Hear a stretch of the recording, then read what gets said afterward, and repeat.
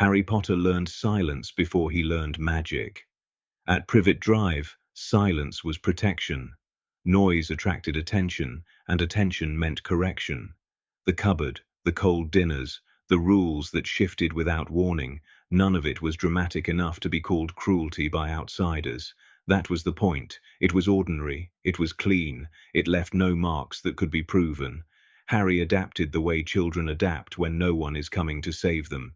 He watched patterns, he memorized moods, he learned which footsteps meant danger and which meant indifference. He learned to make himself small, not out of fear, but out of calculation. The smallest thing in a room is often the last thing noticed, and yet, even then, something noticed him. At first, it was only a feeling, an unnatural calm that arrived when it should not. When Dudley shoved him too hard, when Vernon's voice rose, when Petunia's eyes sharpened with disgust, Harry would feel fear begin, and then stop, as if a hand had closed over it. In that quiet, a thought would surface that did not feel like his own. They can't hurt you forever, not because it was comforting, because it was factual. The strange things happened rarely, and always as if the world had made a small mistake in his favor. A locked door clicking open when he needed to leave. A step that should have broken holding firm. A glass pane that should have shattered bending instead, like it had changed its mind. The Dursleys called it freakishness. Harry called it cause and effect. He did not know how it worked. He only knew it responded to need. The dreams came next. Not every night, not even most nights. But when they came, they carried weight. Green light without sound. Stone corridors that felt familiar in the way a memory can feel familiar even when it is not yours. A presence beyond a door, watching, waiting, never rushing. Harry would wake with his heart steady, not racing. That disturbed him more than the dream itself. Children were supposed to be afraid. He was not. He lay in the dark and listened to the house breathe, and somewhere behind his thoughts, that same calm remained, patient, observing, almost approving. The letter arrived on a morning that should have been ordinary. It appeared where it should not, addressed to a boy no one acknowledged, written as if someone had always known exactly where he slept. The Dursleys fought it like they fought everything unfamiliar, by denying it, destroying it, running from it. But the letters kept coming, multiplying, adapting, outlasting their refusal. Harry watched the panic with a kind of distant focus. The household was a machine built to keep him small, and now something outside the machine was pressing its fingers against the gears. He didn't feel rescued. He felt claimed. When Hagrid finally arrived, the room filled with a different kind of force. Large, obvious, emotional. He spoke of parents and loss and truth, and Harry listened politely. But what held Harry's attention was not the story. It was the certainty beneath it. The world had been waiting for him, and it had decided the waiting was over. That night, alone in a borrowed bed, Harry stared at the ceiling and tried to imagine a school for magic. He should have felt excitement. He felt something else instead, direction, like the next step had already been placed in front of him. Deep inside, the calm shifted, almost like a breath. And for the first time, it carried words that were not a thought, not a dream, but something closer to recognition. Not yet.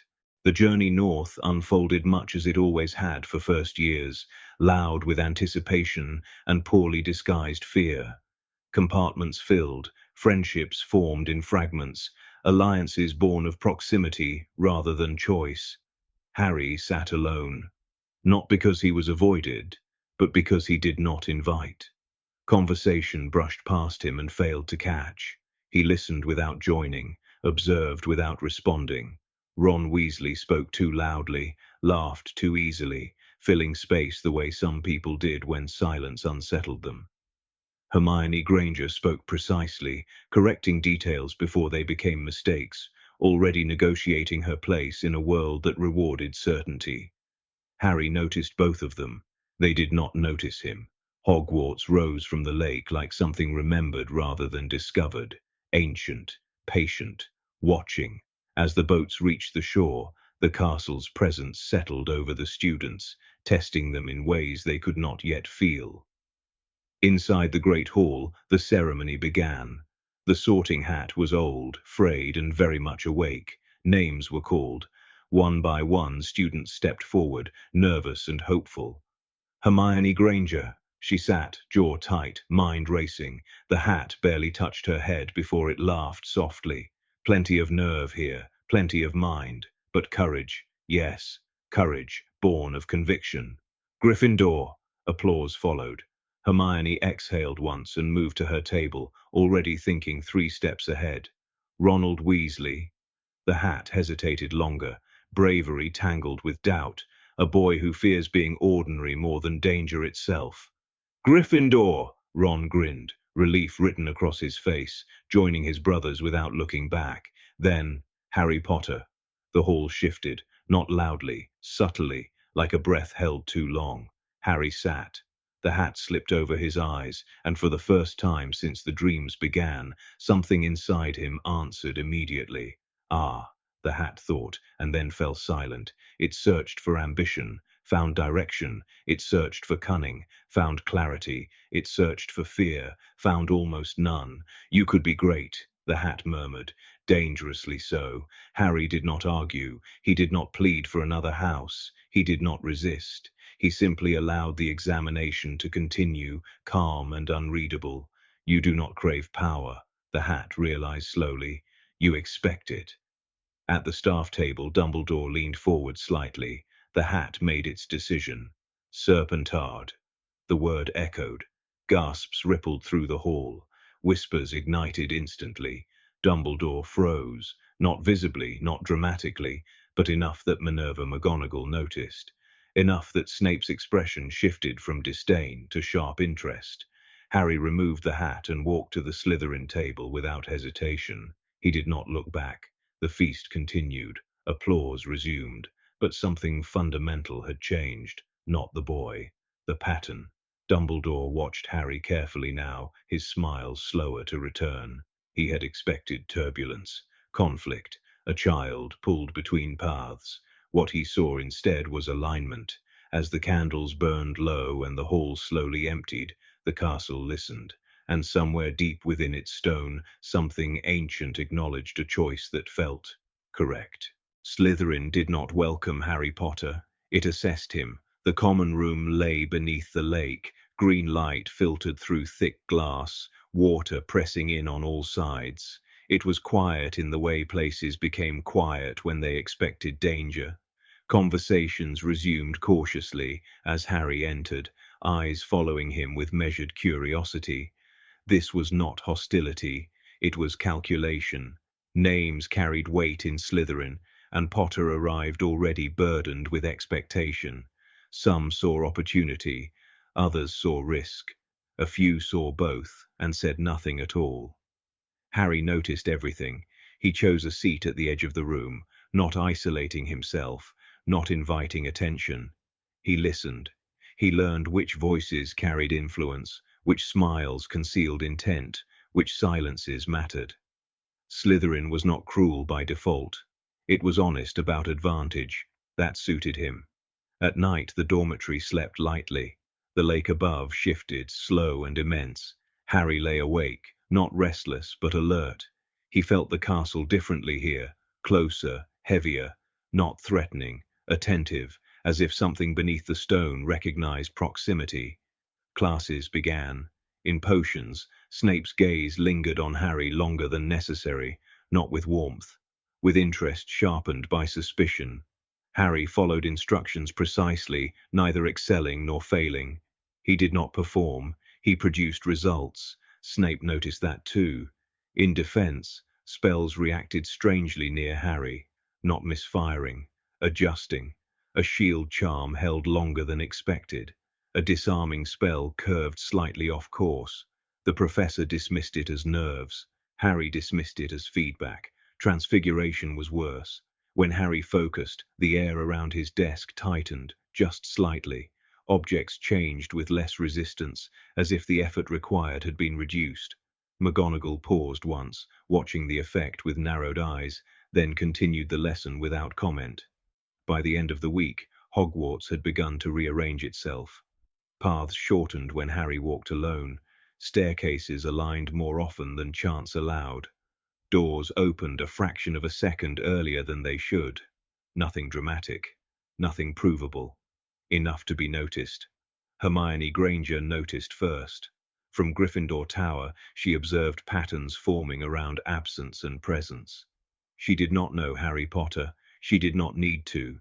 She knew systems, and systems behaved predictably under influence. She began writing notes she did not yet understand. Ron Weasley noticed something else entirely. Silence. When Harry passed through a corridor, arguments paused. When he entered a classroom, jokes died unfinished. Ron could not explain why, only that it felt like standing near someone who expected gravity to work differently. Harry did not notice Ron noticing. He was learning the castle. Late one evening, wandering without destination, Harry reached a corridor he had never seen before. No sign marked it. No map acknowledged it.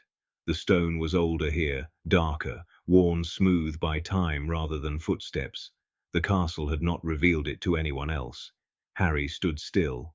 The corridor felt complete, like a sentence waiting to be finished. From far below, from somewhere that was not entirely a place, the familiar calm stirred. Not instruction, not command. Recognition. Harry turned back before the corridor could offer more. He did not rush. He did not linger. He understood instinctively that some doors mattered because they remained closed. Above him the castle shifted again, satisfied, and at the staff table that night, Dumbledore watched the candles burn and felt a quiet unease settle behind his eyes. Because Hogwarts was not testing Harry Potter, it was responding. Dumbledore did not intervene. That was not negligence, it was caution. He had learned, long ago, that some forces resisted correction and responded only to observation. Harry Potter was not misbehaving. He was not breaking rules. He was not asking questions that demanded answers. He was existing in a way the castle acknowledged. Dumbledore watched him from a distance, through reflections in polished armor, through the quiet intelligence of portraits that chose their words carefully. Nothing Harry did justified confrontation, and yet everything about him suggested momentum. The adults felt it too, though none of them named it aloud. McGonagall adjusted lessons without realizing she had done so. Flitwick lingered longer after class, as if hoping to catch something unsaid. Snape said nothing at all, which was more telling than comment. Harry noticed the change, not the concern, the restraint. That was when he decided to test something, not power, permission. He chose a simple moment, late afternoon, an empty classroom, light slanting through tall windows. He focused, not on casting, but on presence, on the calm that had followed him since childhood. He allowed it forward, just slightly. The air responded. Desks creaked as if settling. Chalk dust stilled mid-fall before drifting down again. The room felt heavier, contained, like a held breath. Harry released the focus. Everything returned to normal. No alarms, no witnesses, but the castle remembered. That night, the corridor returned, the same unmarked stone, the same sense of completion. Harry did not hesitate this time. He stepped forward until the air shifted, subtle but undeniable. The corridor accepted him, not opened, aligned. Harry walked only a few steps before stopping. He did not need to see more. The confirmation was enough. The castle responded to intention, not incantation. That changed everything. Elsewhere, Hermione Granger reached the same conclusion by different means. Her notes had stopped contradicting themselves, patterns held, variations decreased near Harry Potter's location. Correlation was becoming consistency. She did not feel fear, she felt urgency. Ron Weasley felt neither. He felt displacement, like something fundamental was happening nearby, and he had not been given the rules to understand it. That unsettled him more than danger ever had. At dinner, Harry ate quietly, unremarkable. And yet the great hall felt balanced around him, as if he were a weight the structure had learned to accommodate. Dumbledore watched across the candles and felt something he had not felt in years: uncertainty. Not about Harry's nature, about his own role, because this was not a student seeking guidance, this was a force discovering discretion. And discretion was far more dangerous than impulse. That night, Dumbledore wrote a letter and did not send it. He folded it carefully and placed it in a drawer already crowded with unsent warnings.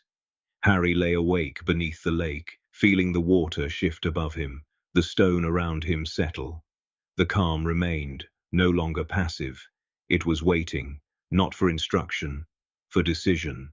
The first response came disguised as routine. A letter arrived from the ministry requesting clarification, not accusation, not alarm, just questions framed carefully, politely, as if curiosity itself could be harmless. Dumbledore read it once, then again, and set it aside without answering. He had learned what questions meant when asked too early. At Hogwarts, subtle changes followed. Aurors did not arrive, but observers did. Clerks, consultants, specialists whose presence could be justified on paper. They walked the corridors pretending to admire the architecture while measuring fluctuations they did not fully understand. Harry noticed them immediately, not because they watched him, because they avoided doing so directly. That avoidance confirmed what he already suspected. The world beyond the castle had begun to notice the pattern, even if it could not yet name it. Hogwarts was no longer an isolated environment. It was a variable. Harry adjusted again. He reduced his influence intentionally, the way one might lower a flame to avoid drawing attention. The castle responded reluctantly, like a structure asked to ignore its own balance. Corridors lengthened, doors delayed, the ease faded, but did not disappear. The effect was reversible. That mattered. Hermione Granger's notes grew more precise. She stopped writing hypotheses and began recording behaviors. The environment responded not to magic, but to presence, to consistency, to expectation. Harry Potter was not shaping outcomes through effort. Outcomes were aligning to him. She did not tell anyone. Ron Weasley noticed the observers. He noticed the way professors spoke more carefully. He noticed the tension at the edges of conversations. Adults were pretending nothing was wrong, and Ron had grown up knowing exactly what that meant. Something was. Harry remained untouched by it all. He attended class. He slept. He ate. But inwardly, a realization settled with quiet weight. He did not need to act to change things. Doing nothing already did. That frightened him, not because of morality, but because of consequence. A choice not made was still a choice. A force unshaped would still reshape what surrounded it. One evening, as rain traced the windows of the Slytherin common room, Harry tested a thought instead of a presence. What if I leave? The castle reacted instantly, not violently, urgently. Pressure tightened, subtle but unmistakable. The lake above shifted, the walls seemed to draw inward, as if rejecting the premise. Hogwarts did not resist his power, it resisted his absence. Harry let the thought go. The pressure eased. Across the castle, Dumbledore felt the moment pass like a tremor beneath his feet. He closed his eyes, breathing out slowly. This was no longer a matter of guidance, it was dependence. That night, the shadow stirred, not instructive, not commanding, merely attentive. Voldemort had stopped offering direction. He was watching the same truth emerge. Harry lay awake, staring into green-tinged darkness, and understood something essential. The world was not asking what he would do. It was preparing itself for whatever he chose, and that meant the next decision, whenever it came, would not belong to him alone. The consequences arrived quietly. No explosions, no public confrontation, just outcomes that no one could quite explain away. A scheduled inspection was postponed without reason. An argument between two houses dissolved before voices were raised. A spell gone wrong corrected itself mid-cast. Each incident was small. Together they formed a pattern that could no longer be dismissed as coincidence. The adults noticed. Dumbledore felt it most sharply. not because he tracked incidents, but because the castle began to anticipate them. Hogwarts was no longer reacting after the fact, it was adjusting in advance. That had never happened before. He convened a meeting that did not exist on the schedule. McGonagall arrived with questions she did not voice. Flitwick brought notes he did not share. Snape said nothing and listened too carefully. Dumbledore did not name Harry Potter. He described effects. By the end of the meeting, they all understood what had not been said. The school was stabilizing itself around a single student. Removing him might not restore balance, it might destroy it. Harry sensed the shift without being told. Teachers watched him longer now, not suspiciously, but cautiously, like people aware that a wrong word might tilt something they could not afford to disturb.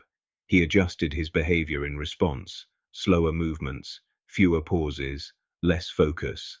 The castle complied, reluctantly. Hermione Granger reached a conclusion she did not like. Her charts showed reduced volatility when Harry remained within the castle perimeter. Stability increased, disruption decreased. This was no longer correlation, it was reliance. She closed her notebook and did not open it again that night. Ron Weasley felt the tension settle into the common room like bad weather. No one said Harry's name, but everyone measured distance differently now. Ron didn't understand the mechanics, but he understood one thing clearly. If Harry left, something would break. Harry tested that thought again, carefully. What if I choose not to matter? The calm receded, not vanished. Receded. The castle hesitated, as if unsure how to proceed without instruction. A candle flickered too long before steadying. A staircase took longer to align. Harry stopped the thought. The castle corrected itself immediately. That was when the truth became unavoidable. Neutrality was an action. Absence was pressure. In his office, Dumbledore stood before the window and watched the ground stretch into darkness. He had guided powerful wizards before. He had contained dangerous ones. This was neither.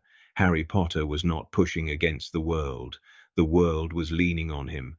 For the first time in decades, Dumbledore felt something dangerously close to fear, not of what Harry might do, but of what might happen if he refused to do anything at all.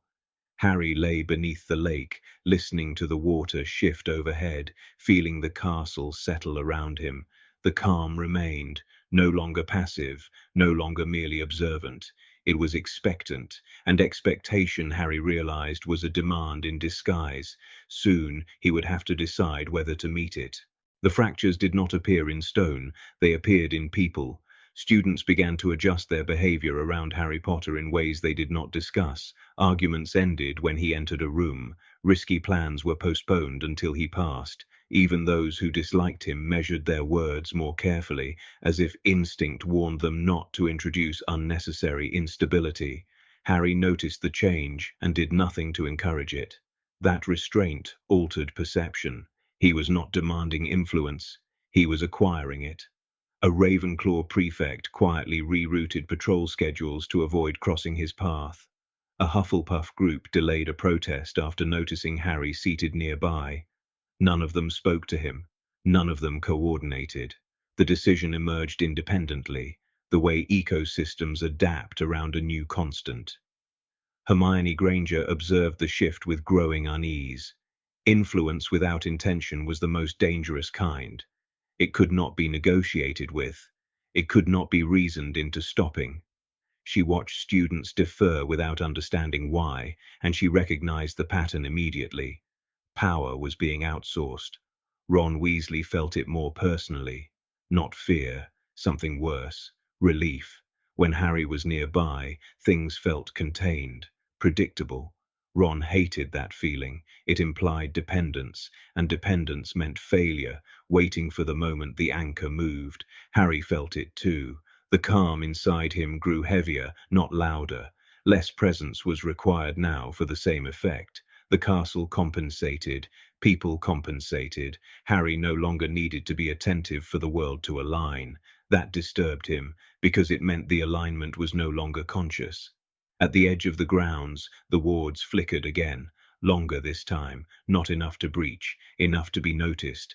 The ministry's instruments would register it as environmental fluctuation. They would be wrong. It was response. Dumbledore felt it from the tower. He did not send for Harry. He did not warn anyone. He understood now that intervention would change the system in unpredictable ways. Instead, he waited. The letter arrived that evening, not from the ministry, from an intermediary, polite, vague, curious. It requested a meeting, not urgent, not official, simply interested in recent developments and long-term stability. Harry did not see the letter. Dumbledore did, and for the first time, he hesitated before deciding whether to show it to the boy. That night, Harry walked the castle alone.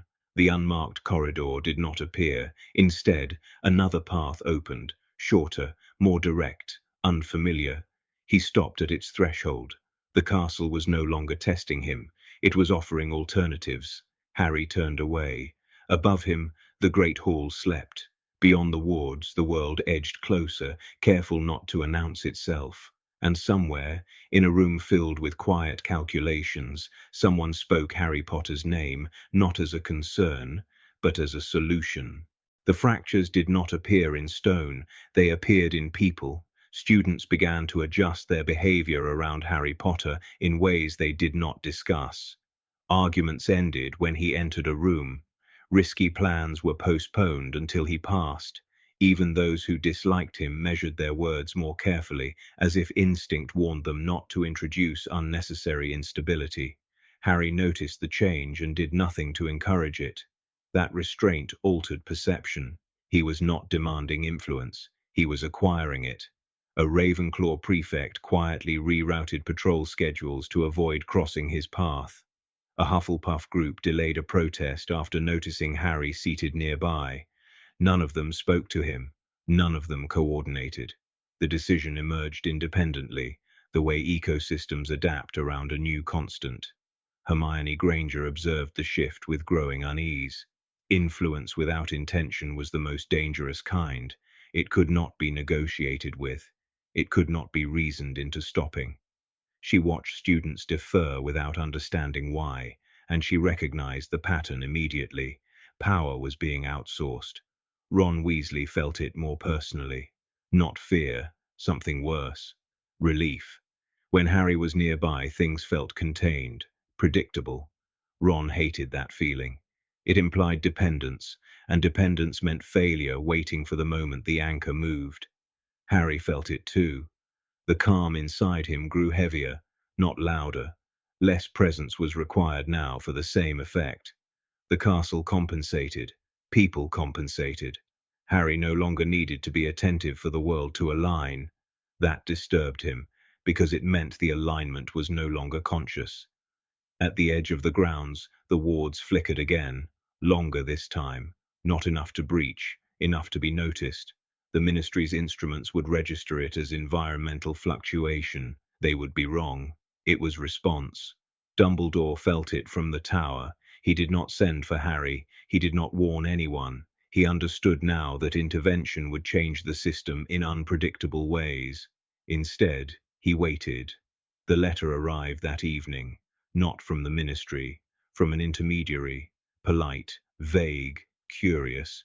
It requested a meeting, not urgent, not official, simply interested in recent developments and long-term stability. Harry did not see the letter.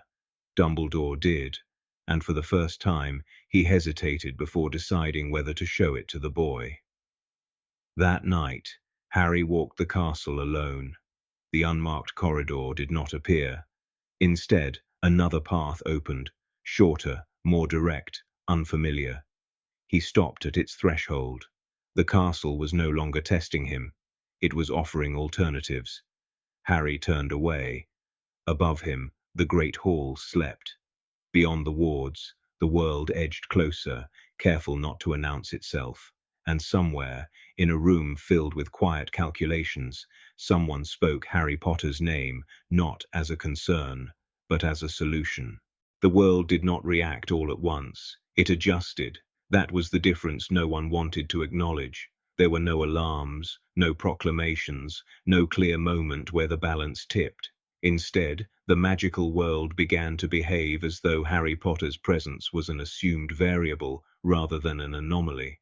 Hogwarts adapted first, not consciously, not ceremonially, but in the way ancient structures responded to pressure long before collapse. Timetables shifted subtly, conflicts de-escalated before voices rose, minor instabilities corrected themselves without instruction. The castle did not look to Harry for permission. It oriented around him. Harry felt it, and for the first time, it unsettled him. The calm within him had always been passive, observant, waiting. Now it carried weight, not force, expectation. The world was no longer asking, "What are you?" It was asking, "What will you allow?" Hermione Granger reached the same conclusion from the opposite direction. Her notes no longer produced new insights. The equations balanced too cleanly. Variance had dropped to near zero when Harry remained within the grounds. Systems did not stabilize like this by accident. She closed her notebook and realized, with a tightening in her chest, that the problem was no longer Harry's power, it was the world's reliance.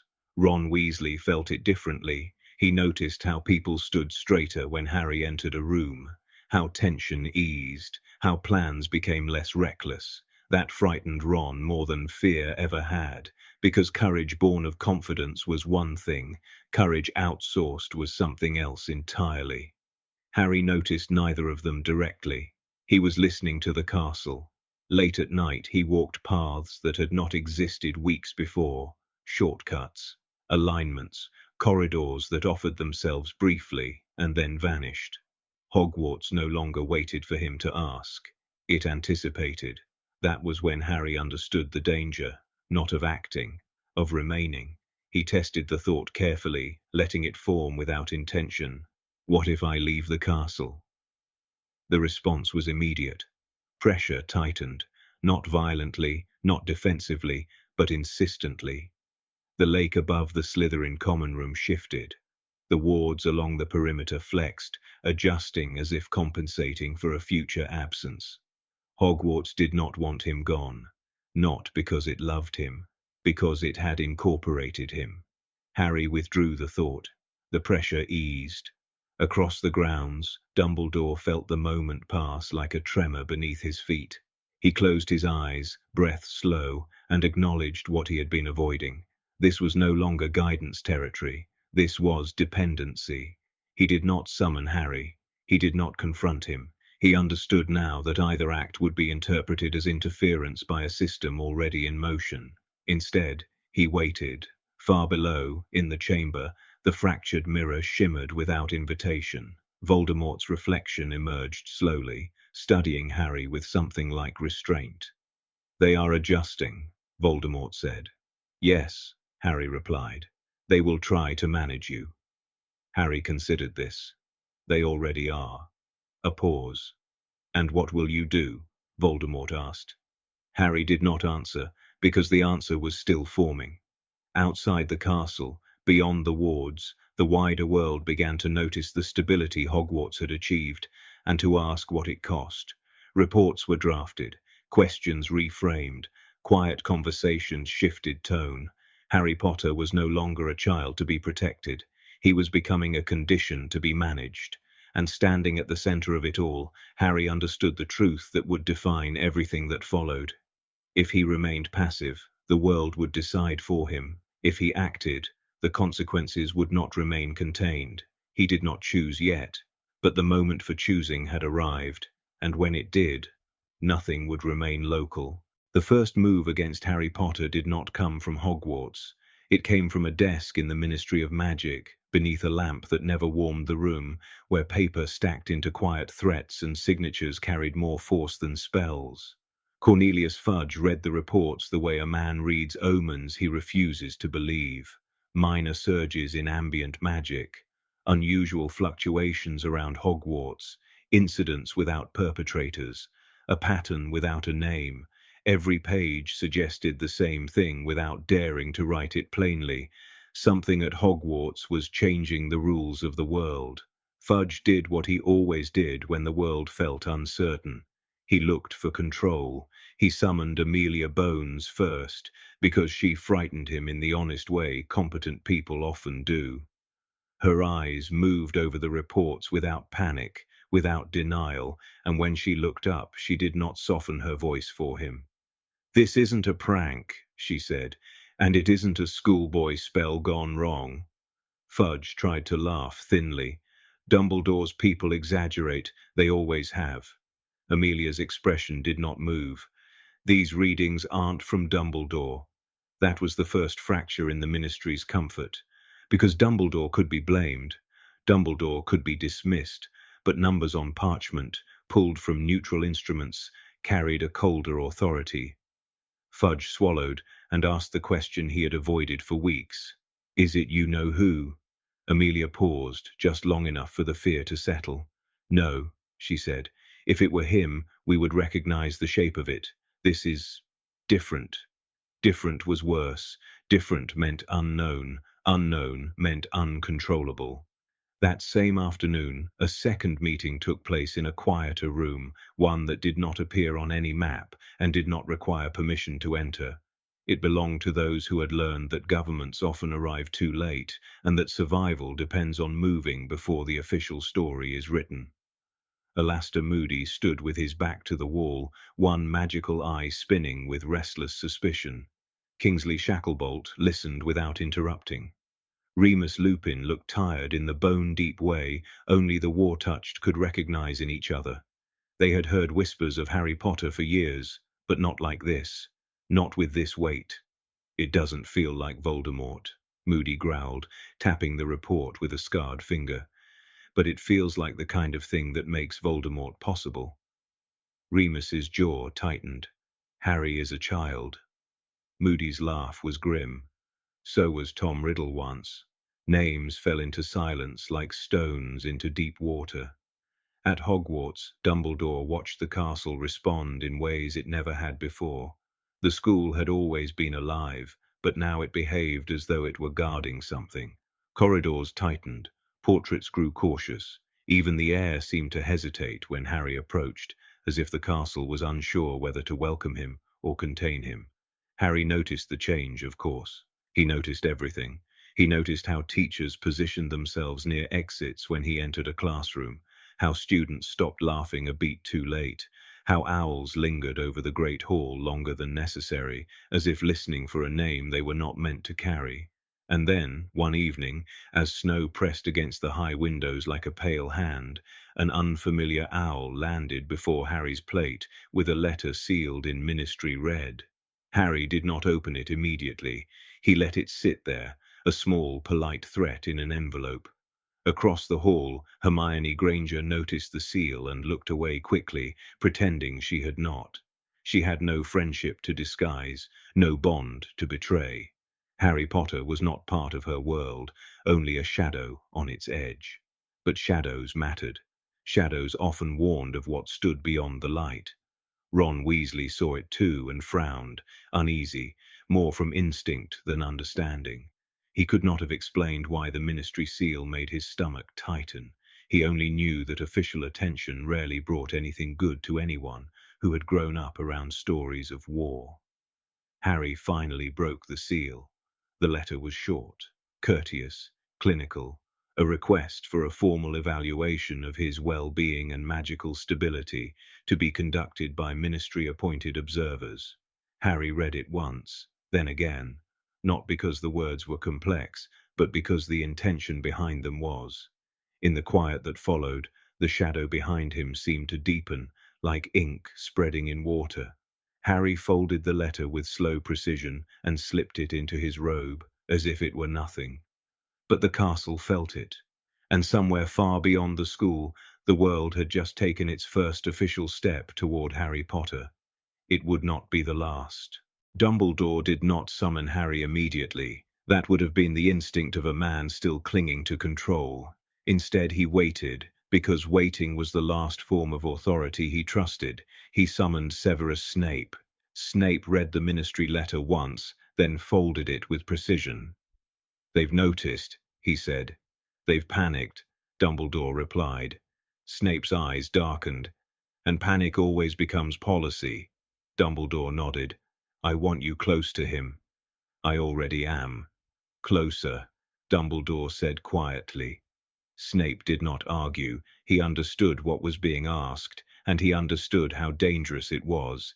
The castle felt it before the students did. Corridors tightened, portraits watched more carefully. Even the air seemed to hesitate when Harry passed, as if Hogwarts itself were unsure whether to protect him or protect itself from him. Harry noticed, of course. He noticed everything. He noticed the way teachers positioned themselves near doors, the way conversations softened when he entered a room, the way owls lingered too long over the great hall, as though unsure whether to carry what they knew. That evening, a ministry owl landed before him with a letter sealed in red. Harry let it sit untouched. Across the hall, Hermione Granger saw the seal and looked away. She did not know Harry. She had never known him, but she had learned to recognize disturbances in systems, and Harry Potter was no longer behaving like a person. He was behaving like a variable. In the Gryffindor common room, Ron Weasley heard the whispers and pretended not to care. But something about the word ministry tightened his chest. He had grown up around stories of war. He knew what it meant when adults stopped laughing. Harry finally opened the letter, a polite request, clinical, an evaluation of his magical stability. Harry read it twice, not because it was complex, but because the intention behind it was. He folded it and slipped it into his robe. The shadow behind him deepened. The observers arrived 2 days later, not as an attack, as a visit. 4 ministry officials, smiles carefully arranged, led by a woman with eyes trained to measure risk. Dumbledore welcomed them with warmth that did not reach his gaze. We wish to speak with Mr. Potter, she said. That may be arranged, Dumbledore replied softly. And I may decide whether it is wise. It isn't a request, she answered.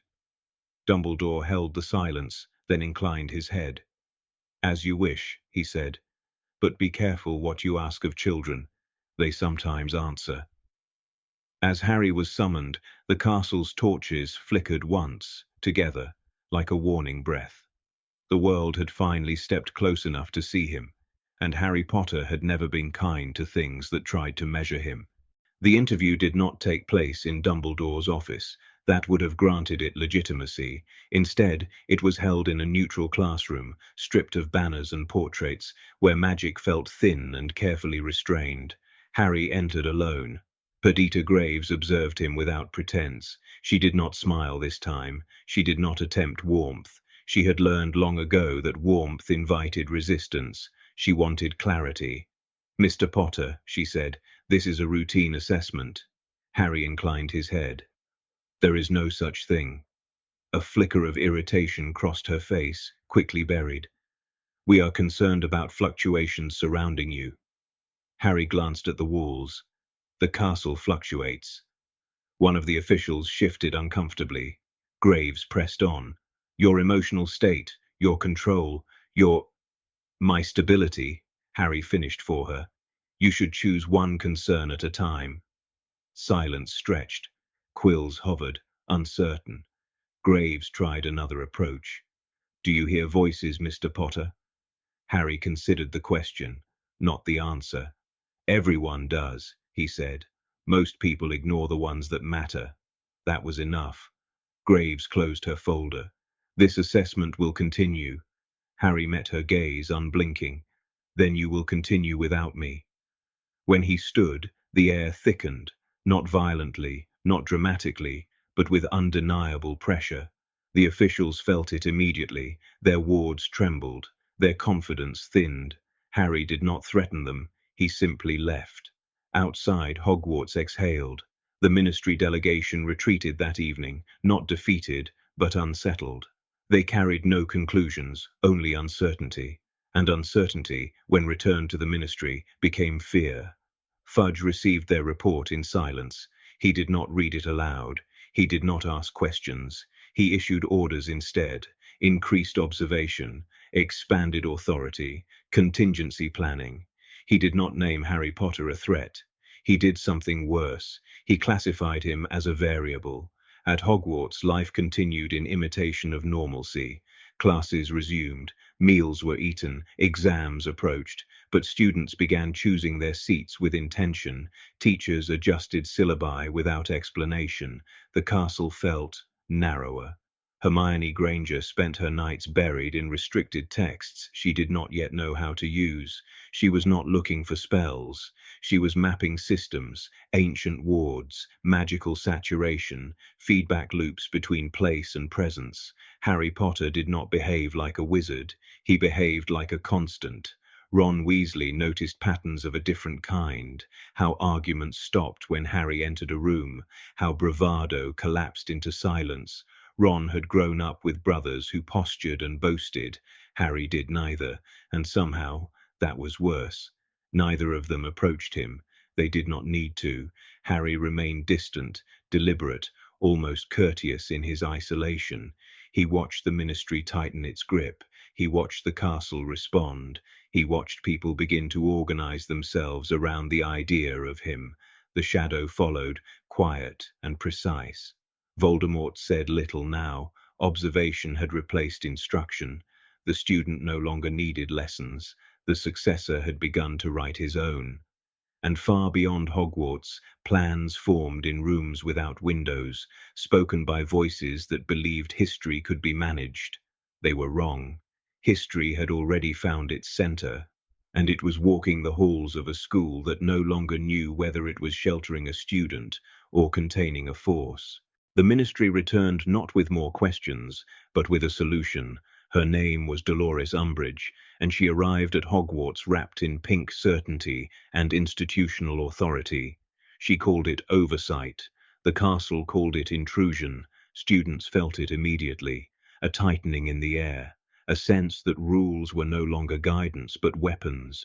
Teachers adjusted their posture, conversations shortened, even the ghosts drifted farther from the walls when she passed. Umbridge smiled at everyone, because she believed smiles were shields. She read her decrees aloud with a voice trained to sound kind while removing choices, discipline, order, correct values, words designed to feel harmless until they were enforced. Harry Potter did not react. He sat through her speech without expression. He did not scoff. He did not challenge her. He did not even watch her for long. That unsettled her more than open defiance would have. Umbridge noticed him anyway. She noticed how the room shifted around him, how students stopped whispering when he moved, how even professors avoided unnecessary conflict in his presence. Authority recognized authority, even when it refused to admit it. She summoned him that afternoon. Her office smelled of ink and sweetness meant to soothe. The walls were lined with smiling creatures frozen in porcelain joy. Harry stood in the center of the room like something that did not belong. "Mr. Potter," Umbridge said gently, "I'm here to help Hogwarts return to proper order." "Hogwarts already has one," Harry replied. Her smile tightened. "The ministry disagrees." Harry tilted his head. "The ministry is not the castle." Umbridge folded her hands. "You have been the center of disturbances." "Effects," Harry corrected calmly. The air thickened, not violently, precisely. Umbridge leaned forward. "Discipline corrects such things." Harry's gaze remained steady. "Discipline is for those who fear consequence." Silence settled between them, heavy and cold. Umbridge felt it then, not rebellion, not arrogance, but absence. The absence of fear, the absence of submission. "I can make your time here very difficult," she said. Harry answered without raising his voice. "You already have." She slid a parchment toward him. Mandatory sessions, ministry oversight, official compliance. Harry did not touch it. "No," he said. One word. "Enough." Umbridge's smile did not break, but something beneath it did. "You do not refuse authority." Harry stepped closer, just once. Shadows gathered where his feet touched the floor. "I do," he said quietly, "because I am not under yours." He left without another word. That evening, Umbridge filed reports, pages of concern, recommendations for escalation. She did not write that she was afraid. She wrote that control was required.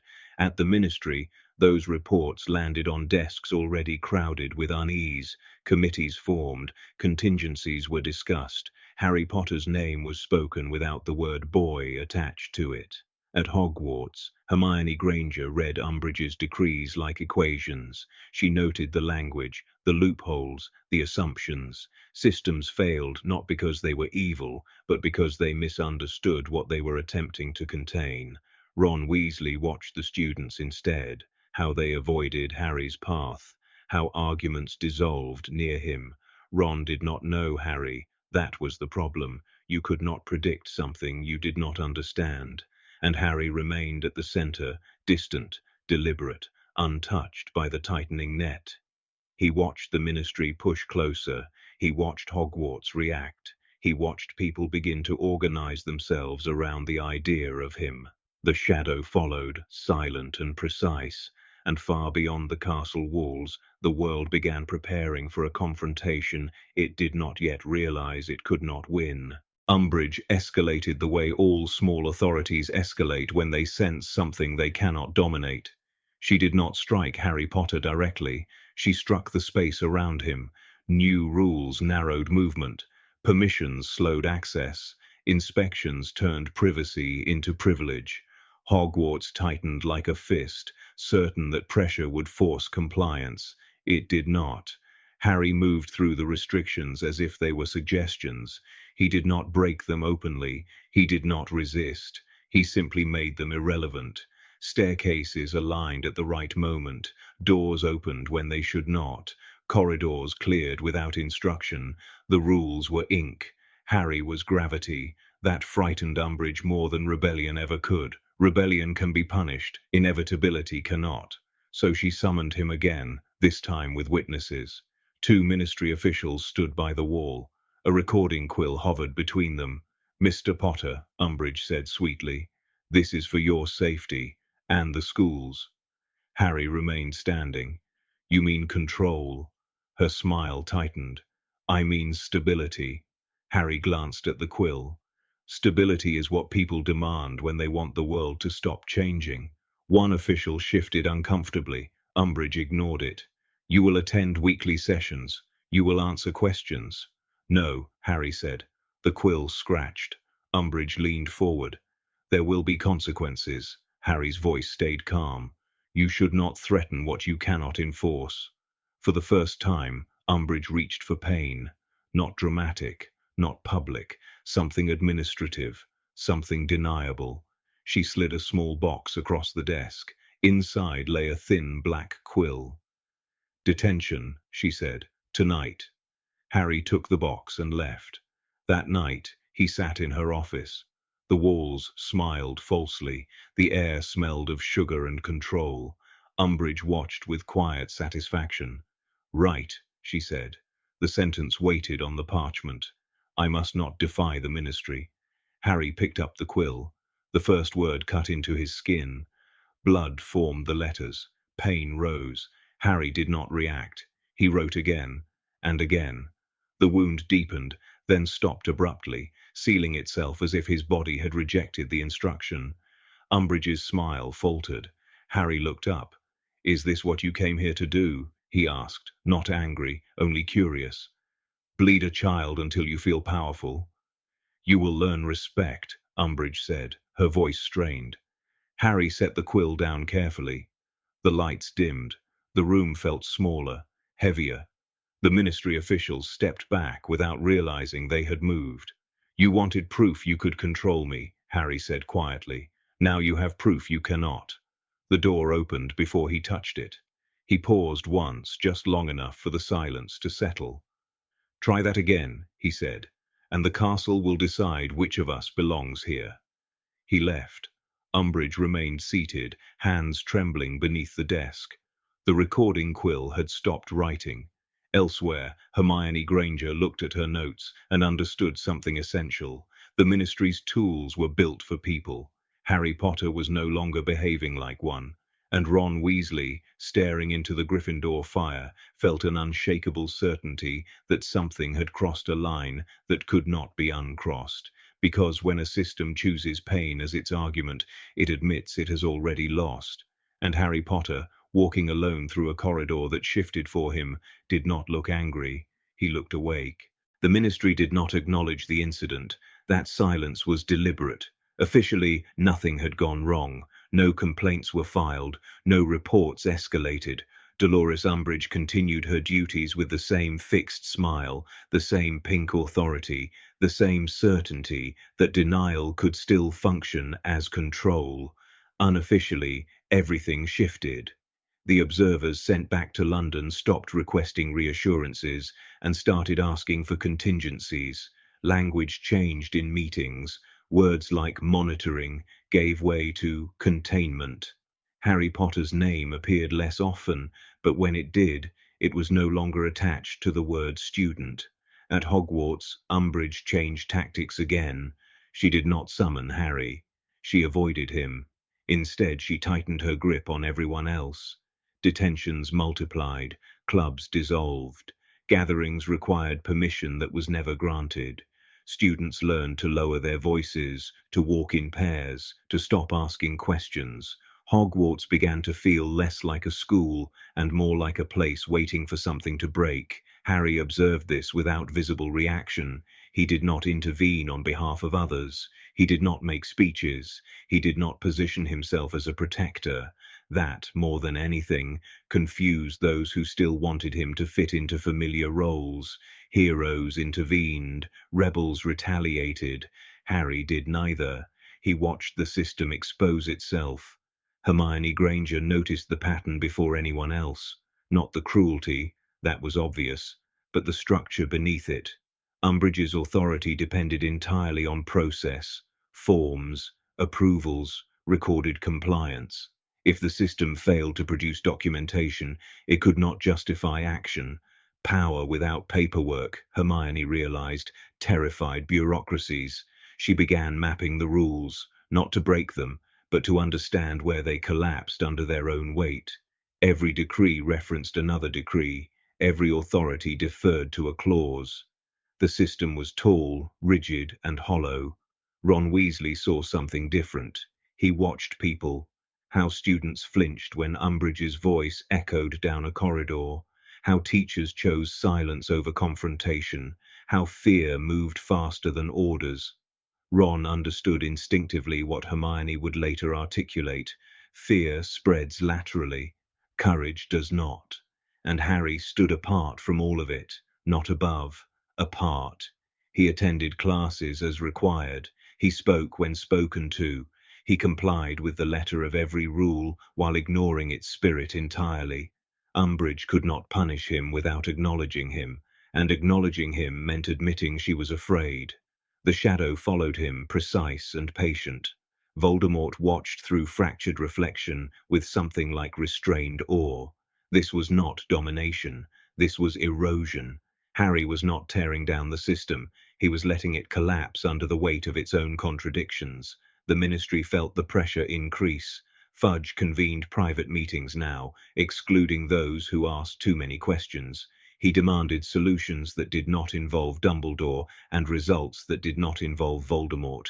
He wanted something clean, something final. What if, someone suggested carefully, we remove him from Hogwarts? The room went quiet. No, Fudge said after a moment. That would make him visible. Visibility was dangerous. Symbols attracted loyalty. Martyrs invited stories. Harry Potter needed to remain contained within procedure, but procedure was already failing. Back at Hogwarts, Umbridge stood alone in her office one evening, staring at a stack of unfiled reports. For the first time, she wondered, not whether Harry Potter could be controlled, but whether the attempt itself was destabilizing the institution she had come to protect. She dismissed the thought immediately. Doubt was weakness. Harry Potter, walking the castle corridors as night settled, felt the world narrowing, not closing in, but aligning. He sensed pressure points forming, lines of force converging towards something inevitable. He did not know what shape the end would take. He only knew that it would not be accidental. And somewhere, watching him from across a room without ever speaking to him, Ron Weasley began to realize a quiet, unsettling truth. Whatever Harry Potter was becoming, the world was teaching itself how to respond. The real shift began far from Hogwarts, deep beneath the Ministry of Magic, in the Department of Mysteries. There, instruments older than policy and immune to denial had begun to register something they could not classify. Not a spell, not a curse, a distortion. Magical density tightening around a single point, warping probability itself. The reports avoided names. Names implied control. They referred instead to an anomalous constant, a presence that did not act, but altered outcomes simply by existing. When Cornelius Fudge was briefed, he listened only long enough to ask the wrong question. Is it dangerous? The unspeakable who answered spoke carefully. Not in the way you mean. It doesn't seek harm. It creates inevitability. That answer terrified him. The ministry responded as ministries always do when faced with what they cannot understand. They chose isolation, reduce contact, limit movement, constrict influence until the anomaly had nothing left to affect.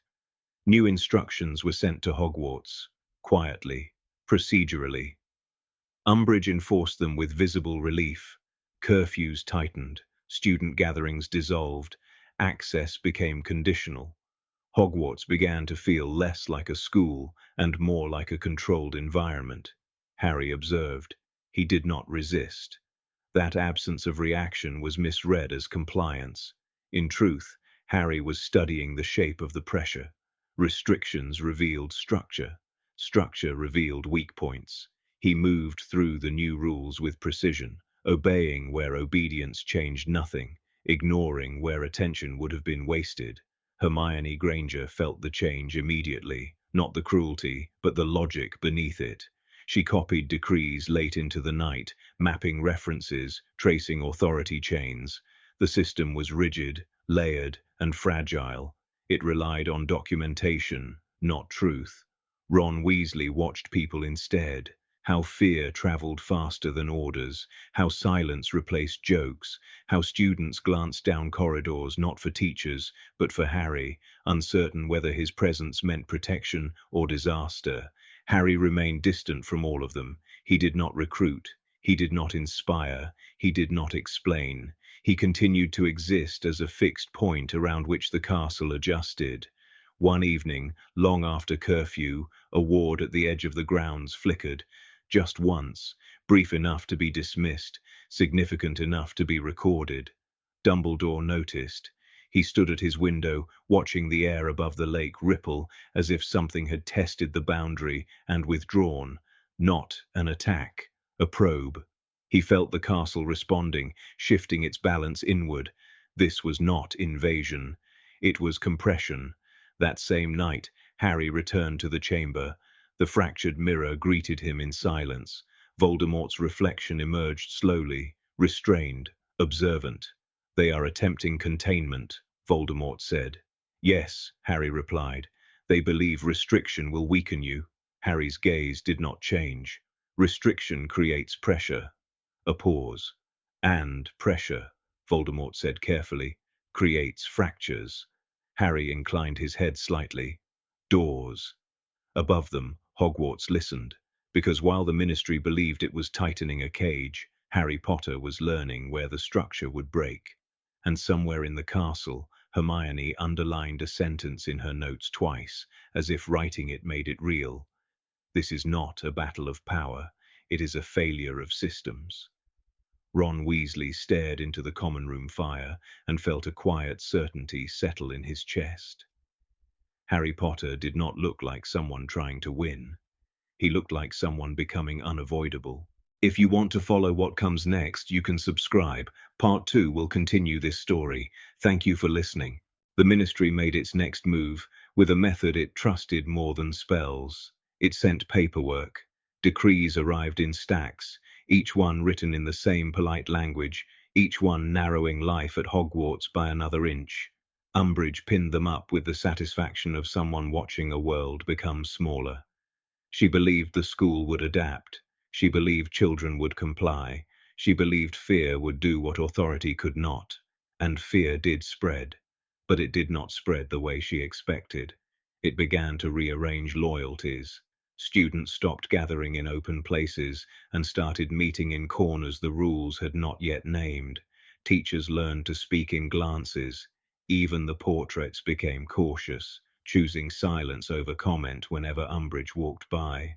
Hogwarts was not obedient, it was becoming strategic. Harry watched all of it without stepping forward. He did not lead, he did not recruit, he did not claim responsibility. That absence made him larger in people's minds, not smaller. When a force refuses to announce itself, it becomes myth. Umbridge, however, did not believe in myths. She believed in leverage, so she chose targets she considered safe, the ones near the anomaly, the ones whose fear might pull him into reaction. She could not control Harry directly, so she would control the world around him and wait for him to move. That afternoon, she confiscated books from the library, restricted volumes, advanced works, anything she could label inappropriate. She did it publicly, with witnesses, because humiliation was a tool. Hermione Granger stood very still as a stack of books was taken from her table. She did not protest. She did not plead. She simply watched Umbridge's hands, noting the exact titles, the exact categories, the exact logic used to justify removal. Hermione did not respond emotionally. She responded mentally. Across the room, Harry passed through the doorway, saw the scene, and continued walking as if it did not exist. Umbridge's eyes sharpened. That was not the reaction she wanted. She wanted anger. She wanted defense. She wanted proof of attachment. But Harry did not play the role, so Umbridge shifted again. She announced a new requirement: student interviews, individual assessments, questions framed as care, designed as extraction. She would collect information the way one collects evidence, building a case for escalation. The first students called were not the loudest, they were the quietest, the observant ones, the ones who might have noticed something about Harry without being noticed themselves. Hermione's name appeared on the list.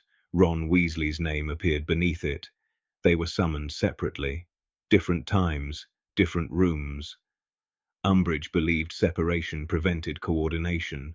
She did not understand that coordination was not friendship, it was pattern recognition.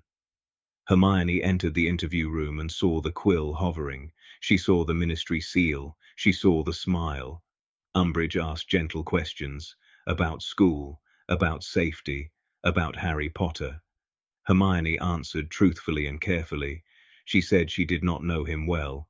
She said he was isolated. She said she had no personal insight. All of that was true. What she did not say was the only thing that mattered. Harry's influence was measurable, not socially, structurally. Umbridge asked, "Do you feel afraid around him?" Hermione paused. "I feel uncertainty," she said, "and uncertainty changes people." That answer annoyed Umbridge. It was too intelligent, too slippery. Ron's interview went differently. Umbridge asked the same questions, but Ron's responses carried something Hermione's did not: instinct. He didn't analyze, he felt.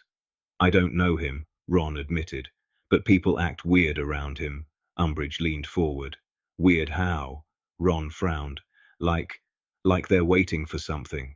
That made Umbridge's smile tighten, because waiting implied expectation, and expectation implied inevitability. After the interviews, Hermione returned to her notes, but her handwriting had changed, tighter, faster. She had learned something important. The ministry was no longer investigating, it was preparing. Ron returned to the common room and sat by the fire in silence, feeling the same certainty he had felt before. The adults were choosing their battle lines, and they were doing it without understanding what stood on the other side. And Harry, still at the center, still distant, felt the school compressing, not because he cared about the decrees, but because he could feel the pressure building toward a snap. Umbridge believed she was tightening a net. Hogwarts was becoming a trap. and Harry Potter was already deciding what would happen when it finally closed. The Ministry stopped pretending the situation was temporary. That was the moment everything hardened. A sealed directive arrived at Hogwarts at dawn, carried by an owl that did not linger. Umbridge read it alone in her office, her smile fading not into fear, but into calculation. The language was no longer educational, it was logistical. Authority chains were clarified, emergency powers referenced. Hogwarts was no longer being supervised, it was being prepared. Umbridge did not announce the change, she implemented it. Patrols increased. Detentions became mandatory rather than corrective. Student movement was tracked. The castle resisted where it could, doors sticking, staircases misaligning. But even Hogwarts could not fight paperwork indefinitely. Harry felt the shift immediately, not as threat, as intent. The pressure was no longer exploratory, it was directional. The system had decided that uncertainty itself was unacceptable. Harry adjusted. He reduced his presence, shorter appearances, less visibility. He did not hide, he redistributed himself. When he was absent, the tension grew worse. When he appeared, it settled. People began to understand, without saying it aloud, that Harry's presence functioned like a stabilizer. That realization terrified the Ministry. Hermione Granger confirmed it with numbers. She charted incidents against Harry's location. Fluctuations aligned with absence. Calm followed proximity. This was not influence. It was correlation. She did not share the conclusion. Not yet. Ron Weasley noticed something simpler. When Harry walked into a room, arguments ended. When he left, they restarted. Ron had no framework for that kind of effect, but he understood one thing clearly. Removing Harry would not restore order. It would remove the only thing holding it together. That evening, Umbridge authorized a controlled test. Harry was assigned an extended restriction, confined to specific corridors, required to report his location, officially for student welfare, in practice to observe the effect of limiting his movement. The castle reacted within hours. Magic misfired. Portraits argued. Students grew restless. A minor duel escalated too quickly. A ward near the greenhouses collapsed and had to be reinforced manually. Umbridge watched the reports pile up, her quill scratching faster. This was not compliance. This was destabilization. She removed the restriction before midnight and recorded the reversal as administrative correction. The disturbances stopped. That was the moment Umbridge understood she was no longer dealing with a subject. She was dealing with a load-bearing element. At the Ministry, the Department of Mysteries updated its internal models. The anomaly was no longer isolated, it was integrated. Removing it caused system-wide failure. One unspeakable wrote a single line at the bottom of the report: "Do not attempt extraction without full collapse contingency." Fudge did not read that far. At Hogwarts, Dumbledore stood in the astronomy tower long after curfew, watching the stars wheel overhead with their usual indifference. He felt the school holding itself together around a single point, and wondered for the first time whether saving the world would require breaking the thing it had begun to orbit. Harry stood alone in a corridor below, feeling the same truth from the opposite direction. They are aligning now, he thought. The system, the people, the end. The shadow at his back remained still, waiting. The world did not end. That was the problem. Everything the Ministry had done assumed catastrophe would announce itself. Explosions, riots, a visible enemy. Instead, what followed was balance. Uneasy, artificial, maintained. Hogwarts settled into a fragile calm that felt borrowed rather than earned. Classes resumed, decrees remained posted. Umbridge smiled again. On paper, the system was holding. Harry knew better. He felt the alignment complete itself, not dramatically, quietly, like a final piece sliding into place. The pressure no longer moved outward, it moved inward. The world had finished testing him. It had begun adapting around him. Hermione Granger felt it too, though she could not have named it yet. Her models stopped shifting, the variables stabilized. That frightened her more than chaos ever had. Systems that stopped changing were systems approaching saturation.